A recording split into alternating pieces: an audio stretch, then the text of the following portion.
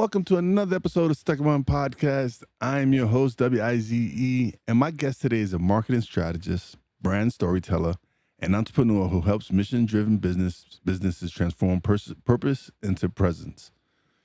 She is the founder of Catalyst Brand Strategy, a boutique agency dedicated to helping conscious brands become more visible, memorable, and trusted through authentic storytelling and strategic marketing. With more than a decade of experience in brand strategy and marketing communications, she has worked with global brands including Microsoft, Reebok, Philips, GoPro, and Jack Daniels, while also helping founder-led businesses grow from startup to standout. Her expertise spans branding, public relations, digital media, leadership, workplace well-being, and the power of storytelling to create meaningful impact. Please welcome to the show, Katherine Tuominen. I knew I was gonna mess it up. I knew it. But No, all good. You I was did gonna do well. that. Thank you so much for having me. That was an incredible introduction. Oh, pleasure's all mine. Thanks for being a guest. Well, I'm All right. looking forward to diving into our Oh, conversation. yes. So hold on. Let's see. All right. What first sparked your interest in storytelling and brand strategy? Well, I kind of say that I have loved storytelling since before I even fully knew what it was. You know, back in the day, I was playing Barbies with my sister, and we would make such elaborate stories. We would spend all our time like designing like plots and characters and all these sorts of things. And then as I grew up, and we were kind of told, no, you can't be a writer, or artists struggle, and all these things that you hear. Well, at least you did back then, obviously, kind of before this content creator world that we're now in. And so I sort of thought, well, what else could I do? And so I was really fortunate to begin my career in the entertainment industry, where I worked for the big brands that you mentioned, such as Fox Film Studios. And we were really supporting them with their marketing and placing certain brands within the film itself, such as product placement. So that really gave me an introduction into the power of storytelling and how that works on a marketing level, but also the, I guess, risks that come with attaching a celebrity to a brand name. You know, a lot of people think that if you slap a celebrity or a notable figure, then everything will just, it'll sell out. It'll be the best product. But actually, the reality was, which I learned very early on, if the story doesn't align with the audience and those two brands or partners aren't aligned with the core message, then people pick up that something isn't resonating and it feels disingenuous. So that really led me down a journey of, what is ethical marketing? And that's where we are today. So can you say that was the moment you realized that branding was more than just logos and marketing?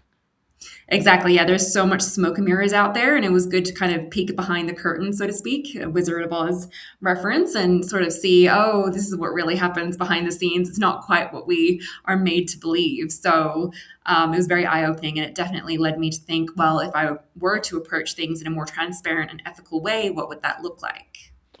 So how did your career evolve from corporate and entertainment work into launching Catalyst Brand Strategy? Absolutely. So the short version is I was there before Me Too and after Me Too, and I witnessed firsthand the impacts of what happens when a story is spun a certain way, but also what can happen when women or anyone come together collectively to bravely speak up on stories and experiences that they've had for a greater good. And so I really witnessed both sides of the coin. And that led me down my own wellness and health journey and got me thinking about, well, what makes a really healthy workplace culture and what makes a great story even during tough times. And I started freelancing, and before I knew it, I was maxed out as a freelancer, and our agency really grew organically from there. So what were some of the early challenges you faced when starting your agency? I get this question a lot. Yes. I mean, there are so many. I've talked in the past about, not having a good contract in place. That's a big one. Making sure you've baked in things like sick leave or if there's an emergency, and protecting yourself. I think, when we're first starting out, we want to do everything. We really want to give it our all. And it's very easy to burn out and, not have the right protections in place. So almost emulating some of that corporate background and making sure that's included in the contract side of things will help you be more protected. But other big lessons were things like, I guess, like hiring the wrong people. I think hiring is a big one that anyone can identify with or relate to at some stage. And I guess shaping the culture early on. Absolutely. So what lessons did working with major global brands teach you?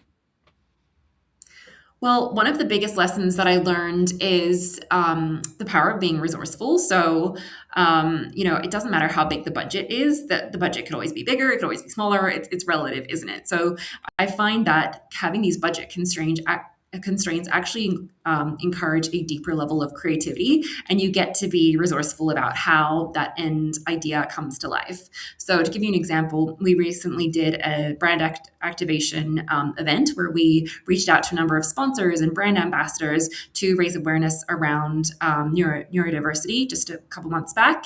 And it was a very, very lean budget. So I was transparent about that. I went to videographers and I was like, this will be one of many events. We always want to pay artists and talented creatives what they're worth. So we absolutely will meet you with this value. And we would like to extend this opportunity for what would make a long-term contract different from a one-time placement. And so this kind of helped encourage a deeper sense of collaboration, which also meant, of course, the materials produced were exceptionally high quality. Likewise, we reached out to brand ambassadors and speakers, and we asked them, this is for a charity purpose. How can we contribute your expertise in a way that will give back to the community? And what's a way that we can create some kind of equal exchange that may not always be monetary? So this could look like, for example, featuring them in a publication that was getting hosted anyway, such as USA Today. Or it could look like sharing their brand with our email list that's actively growing and announcing another event they have. So really taking the time to get to know both sides, what their goals are, and then asking, how can I make your life easier? How can we make those goals possible and make this a win-win? Absolutely. It's always sometimes it doesn't always have to be monetary, right? You can build these relationships with people that you can find that medium spot where you can help each other out. Like you said, you can deliver their whatever they're promoting, whatever onto your newsletter and stuff like that. So it's always amazing when you're able to build those relationships with people like that, and that's something a lot of people don't realize, that they always think it has to be monetary, but when you can come to some sort of agreement where it's beneficial to both parties, and especially like how you said, when you're limited on budget and everything. So yeah, Mhm. that's awesome. Absolutely. I think it really encourages people to reconsider what value truly is, and it almost places the relationship as more valuable than a one time transaction, which of course leads to so many different benefits, both in the short term and long term. So I do think it's a conversation worth continuing to have. Absolutely. Um, how did your entrepreneur journey shape your viewing of branding? That's a great question. So, something that I've personally struggled with, which I think your audience might find relatable, is how much of myself to actually put out online. For some context, I also have a sales background, and when you're in sales, your face, how you hold yourself, and the way you carry yourself is what sells. A lot of the time, because you're building that relationship, and you have 3 seconds to make a first impression, and then basically convert them as soon as you can within reason. So that's more for the high ticket sales, but. The point of this is it really got me thinking early on is how much of my personal life do I want to be sharing publicly, and where is that division between who I am as a person and who I am as a founder? And something that I've personally done is clearly created a distinction between my own personal life and my world versus the brand catalyst, and then really made sure that I'm kind of basically sticking to those two lanes. So this means that I do obviously have privacy, freedom. I'm able to kind of draw that line clearly without necessarily getting those lens blurred early on. And then it's a lot harder to kind of backtrack and remove what has been publicly shared. So that's one of the ways that I've been able to show up. And of course, I still very much speak openly and meaningfully about the topics I care about, especially in relation to Catalyst and the things we do within work. But it's also nice to know that some things are just mine. So, what does purpose-driven business mean to you? Oh, I love that question. That's great. Yes. In terms of what purpose driven means to me, I think it's really about that kind of fire or spark that some people have. It's almost like this itch or this untangible thing that just keeps you up at night. It's the thing that gets you to like leap out of bed and rush to your computer or rush to your journal to jot down an idea before you forget. It's such a it feels almost like in those spark moments, it's fleeting, but the thing is, it keeps nagging at you, right? Like you might go back to corporate, you might return to kind of like whatever your day to day is, but in the back of your mind, it's still there, and nothing gets rid of it ever. Years can go by, and it's still like, oh, I want to do this thing, I want to do this thing. That's when it's your purpose, and it's just you can continue to spend years pushing it aside or saying maybe one day, but I think the harsh reality is if it's continuing to kind of gnaw at you, you absolutely must honor it and follow that purpose. Absolutely, I agree with you 100%. For me, it took me launching my podcast to find my purpose. Like I had gone through life not knowing what I wanted to do. I had a good job, but I didn't know what was my purpose. What was I supposed to be doing? And when I started my podcast, it gave me my voice. It gave me something where now I've built this platform where I give people an opportunity to share their story and share what they're doing with the world. And I've had some great conversations and been able to learn from some of these conversations. There was a point where I felt so selfish, right? Because I was enjoying the conversation so much because I was getting, but then my guest pointed out, they pointed out that I'm sharing it with so many other people with my platform and all these different people that it was important for me it was okay for me to enjoy the conversation. There was nothing selfish about me wanting to grow and learn. I love that. Yes. And I think, it's almost like we're taught that like enjoyment is a selfish act. But actually, I think that if more people were genuinely happy with what they do, we would live in a very different world. So it's so important to, I guess, to have those moments to check in on yourself and say, hey, actually, this is a good thing. And of course, your audience can kind of sense when you're genuinely excited and feeling authentic about the things that you share. And that translates to who they might share the podcast episode with and so on. So I think, it's one of the greatest things about being able to share content and having it be so accessible these days. Absolutely, yeah. So why do so many brands struggle to communicate their story effectively? Well, one of the biggest things I see, especially founders or people who have left a corporate world, struggle with frequently is the ability to identify the question, why you, what makes you unique, or what is so special about this product or software that you're developing. So in marketing, it's called your UVP, which stands for unique value proposition. And whether you're applying that to you as a person, as a founder, or the brand that you're building, that question has to be addressed. So it's definitely the thing that we see people struggle with most, especially when you're trying to consolidate decades worth of knowledge, insights, experience, transferable skills, and all the rest into a kind of clear, bite-sized story or explanation as to what makes you unique. So the advice I give to someone who might be struggling with this is first you need to kind of look at your, it's called a through line. So the kind of core message that stands out throughout your entire journey. That could be, from college, that could be from your first job, it could be from that kind of pivotal career pivot, and then very much apply the kind of 3-arc story structure where you've got that beginning, the middle, that kind of like tough point, and then the end, or now what you're building from that aha moment or those lessons learned. And consolidating it into these 3 steps can mean that it becomes a lot easier to almost digest decades worth of experiences into these key moments that then make a clear story as to why you're here today. how important is authenticity in today's marketing landscape? Absolutely essential. Our audiences are more exposed to content than ever. Now we're seeing the complete blur of what is AI and what isn't. Most of us can barely tell. Videos getting so scarily accurate and creepy. So I think we're craving authenticity now more than ever. And maybe it got expedited in during COVID, but we haven't necessarily recovered from that fully yet, in the sense of building real connections and craving authenticity. So I do think that the brands that do are true to their authenticity and show up in a way that is clearly aligned with what they stand for and who they are stand out from a mile from those who are just posting generic AI slop or regurgitating the same kind of stories that everyone has heard.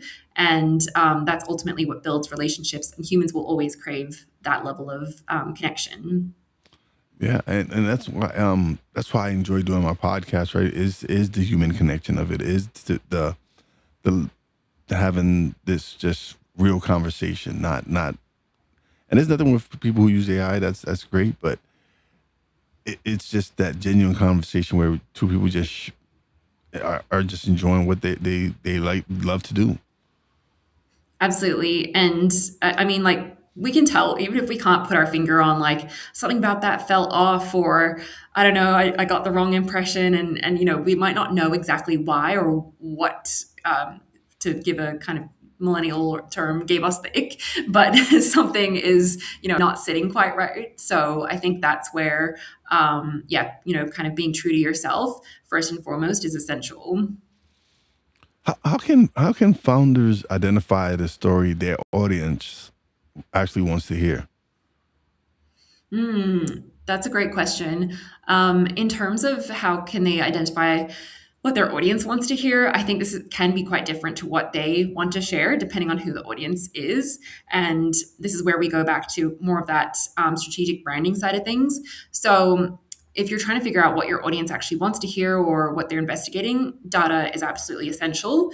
Advice that I give is to scrape forums, use AI tools to look at Reddit, look for common threads, similar words that get repeated when people are talking about your product, software, or category. And then you'll notice that the same kind of complaints start to resurface. So you're able to recognize a pattern, or AI can help you recognize that pattern. And from there, you can better assess what direction the general audience or public might be leaning towards in terms of certain subjects or questions that they may have. And this can really help inform your content strategy, but also what topics that you may want to explore. And, there would be so many subcategories within that. So just because the data is saying this is what everyone wants to hear doesn't mean you have to go and do that. Obviously, there will be some topics within that where you say, that's me too. I completely relate with this. That's exactly what our brand stands for. And it'll be a natural alignment. And others where you'll say, actually, we don't need to speak on this. This isn't necessarily relevant to what we're focused on right now. And you can give those a miss. So starting with the data would be a really great point. And then from there, assessing which direction to take. What role does emotional connection play in marketing? Absolutely essential. I think emotional connection, marketing, and sales kind of go hand in hand.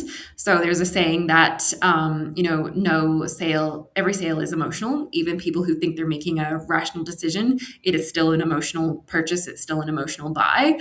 And obviously, many of the marketing sales psychology tactics very heavily lean on emotions in order to move someone through that customer journey.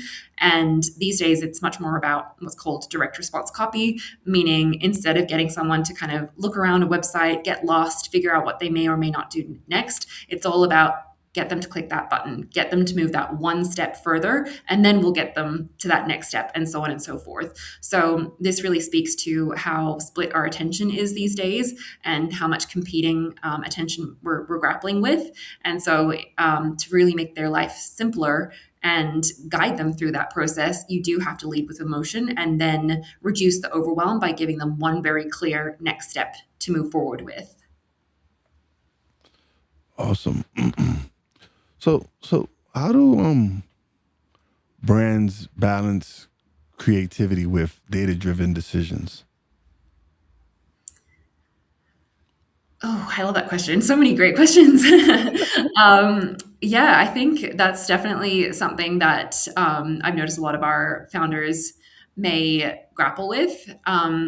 In terms of the, I guess, creativity versus data, I do think they go hand in hand and they're not necessarily either or. So I can only kind of answer it from my own lens, but I always think that the data can be presented in a way that it sparks ideas, right? It's like your thought partner.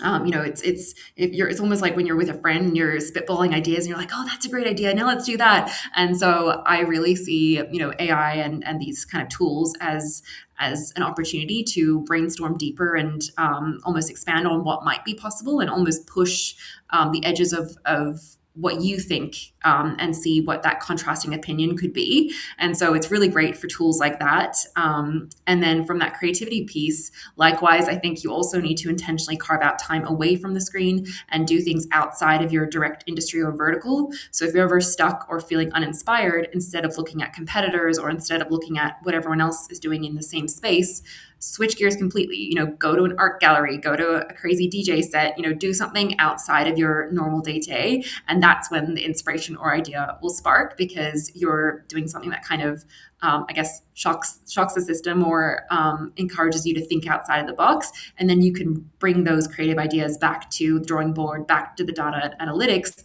and figure out, okay, how can I weave this in a way that is truly unique, relevant to our audience, and fun. Awesome. You've become a strong advocate for workplace well-being. Why is that Mm. important? It's essential. Like, it's an absolute non-negotiable. I think these days, there's been a lot of talk around how we're in a gig economy, and that's only getting worse with the use of AI. And so I think a lot of people are multi hyphenates. They're working the day job, plus they've got their side hustle, plus they've got another business thing that they've got with their friends, and a lot of people are just doing what they can to survive. And so, with this in mind, companies need to be considering, if they truly want to retain their staff, if they want to retain their talent from, oh, I'm going to do this other thing because it actually gives me more work-life freedom, and why would I stay? They need to be thinking about well-being beyond just vanity metrics or flashy gym memberships or things that they think mean well-being, but it's actually disconnected to what their employers or employees truly want. So, there's plenty of stats that show the costs of losing out on retention and absenteeism and all these sorts of things. It truly doesn't make any business sense for companies to just keep slogging along in this kind of traditional way of working, and instead they need to be broadening their perspective as to what truly makes a healthy workplace and what do employees want these days. So how can businesses create healthier cultures while still driving results? So, a big thing I talk about a lot is the idea of creating psychological safety within your team. It depends how big the team is, but typically, you want to have someone that they can go to say, hey, I'm actually really struggling with this, or what, something's happened in my personal life and I'm just not able to show up in the full capacity that I normally would be. And just having the ability to kind of meet them where they're at. Sometimes that can mean by being vulnerable yourself, saying, hey, this has happened. Give me a second. I need to, take a moment. We're all human. And also showing them that there would be consequences if they ask, for a day off, or if they come to you saying, my work isn't doing as well as it could be. Can I take up an extra course, or can I take a moment to figure out, how can I really improve this? So really having that honest conversation with them, and vice versa, is an essential starting point. Other than that, I would say asking them honestly, what their kind of personal goals are, and then what their what their business goals are, and how those two things can coincide. So, to give you an example, a lot of our employees are digital nomads, so they're working all over the world. And what this means is, some of them will their personal goal might be, I want a visa in this country because it gives me better opportunities and I'd love to move my family here one day. And so what you could say is, okay, I can make this happen. And likewise, we're working towards this goal, this revenue metric, or this kind of retention metric with clients, or whatever that core goal is that they would be responsible for. And then you can kind of say, let's achieve this milestone here in this workforce area, and then I'll help you to put together this application, or I'll give you a bonus that will mean you can apply to this, or whatever it may mean. So you're really helping them achieve their personal goals, live a better, healthier life outside of work, based on what they deem for themselves. And then also they're helping you to grow the company and achieve those metrics. Awesome. So we mentioned, you mentioned AI before. How do you see AI changing marketing and storytelling, and what part will it play in the future of branding? It's definitely a very loaded question. I would say at this point, one of the things that we've seen a lot is the way it's changing the lexicon of how everyday people use words. I was reading an article recently that said more and more people are using things like quietly, or what are some of the other words? Delve.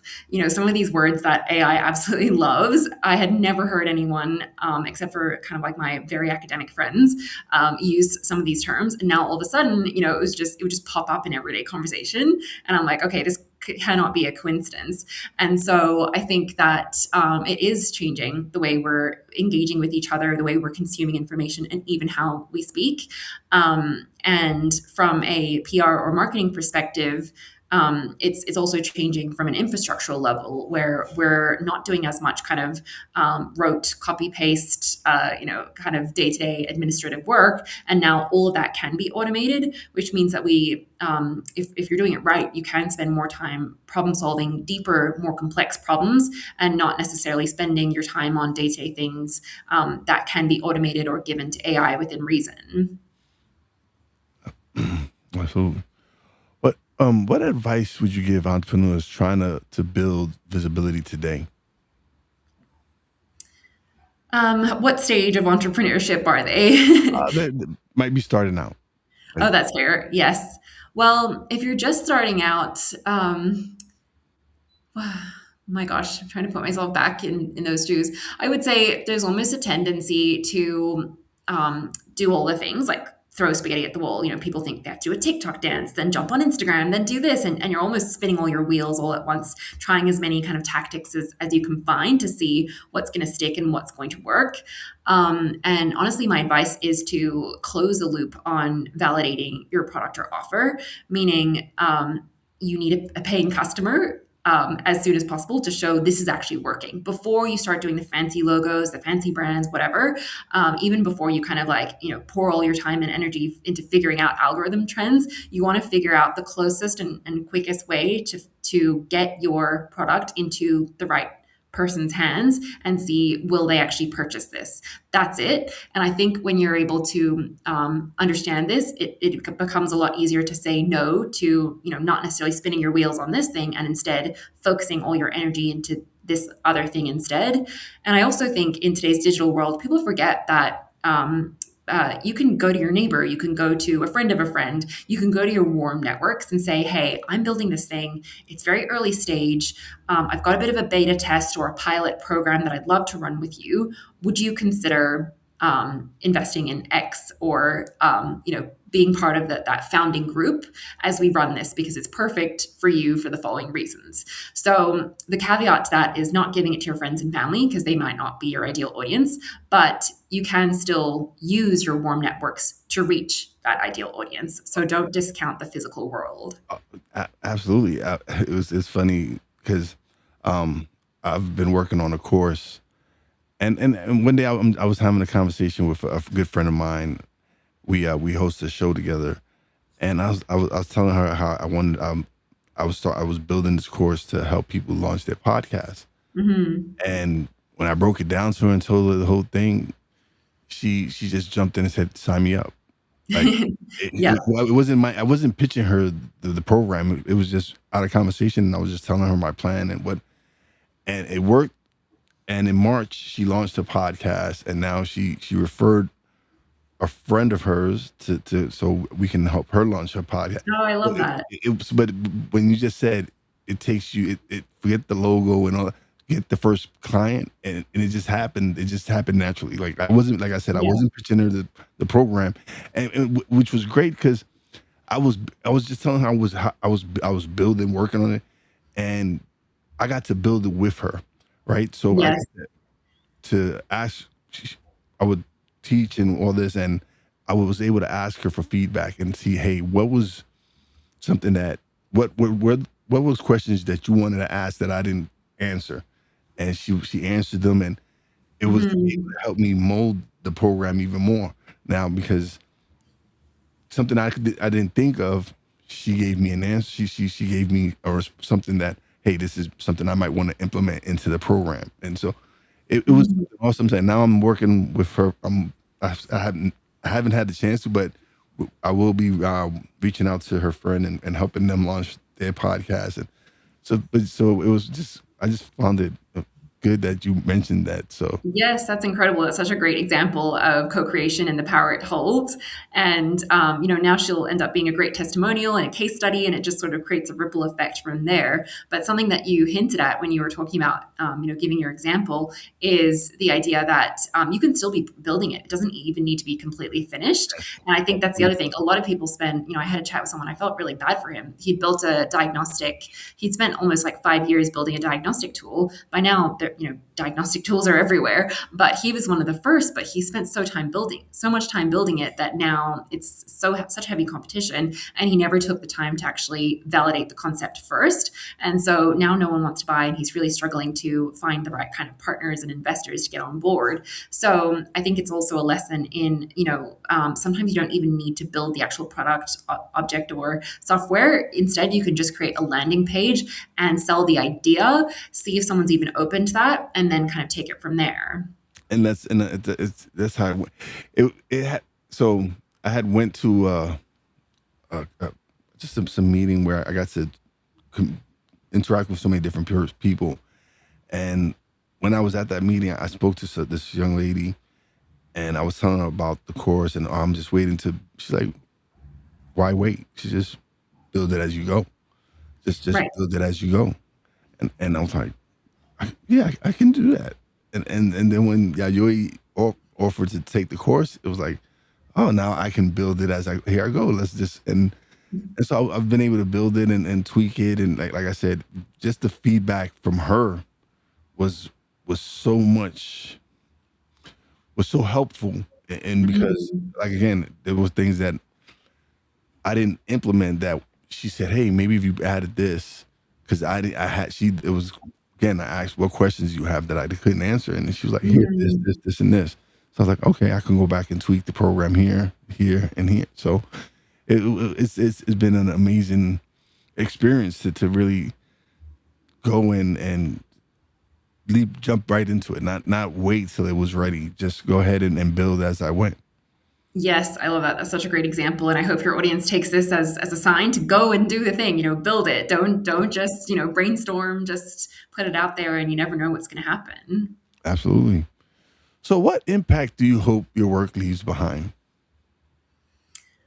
I definitely hope that our work not only impacts our team and gives them a brighter future and leaves them feeling very fulfilled with their day to day work and excited and happy with the clients that we've connected, but also that our clients end up creating even stronger brands that then get into the hands of people who need their services most. So that's a big reason why we love working in the health and wellness industry, because it genuinely does change lives.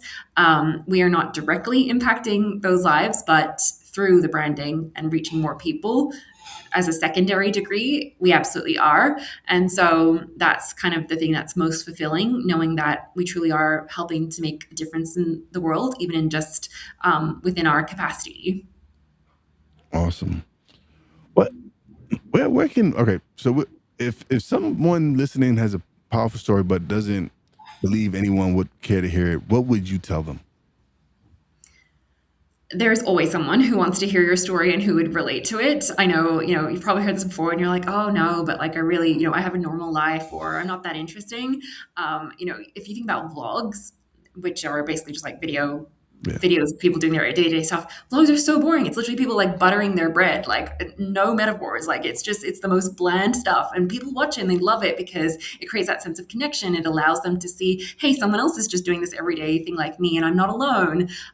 So yeah, I think there is always some level of interest. It's just a matter of deciding if that's something that you would like to put out there, and then seeing what kind of response that comes from there. Awesome. Well, we've come to the part of the show where you're gonna get the spotlight, and you get to plug away, let people know where they can find you, website, everything. Thank you. Yes, so you're welcome to visit us at www.catalystbrandstrategy.com. We do have a number of free resources which might be suitable for those who are early on in their journey, such as the 1,000 list of speaking opportunities, and that's completely free for you to download. And you can also book a complimentary call where we map out your PR strategy and give you some tips in order to become your own publicist or potentially move forward with working together. Thank you. Oh, no, thank you for being such a great guest. I appreciate your time. But don't leave just yet. Let me close out the show and we'll chat a little bit off the air. But thank you so much for being such a wonderful guest. I appreciate your time. This was awesome. Likewise, thank you. All right, everybody. Another great episode is in the books. I want to thank Katherine for sharing her insights on storytelling, branding, and building businesses with purpose. If you enjoyed this episode, subscribe to Stuck in My Mind podcast, leave a review, share this conversation with someone building a business or brand. Remember, your story isn't just what you do. It's why people choose to connect with you. Stay wise. You know how your boy Wize does it. Peace out.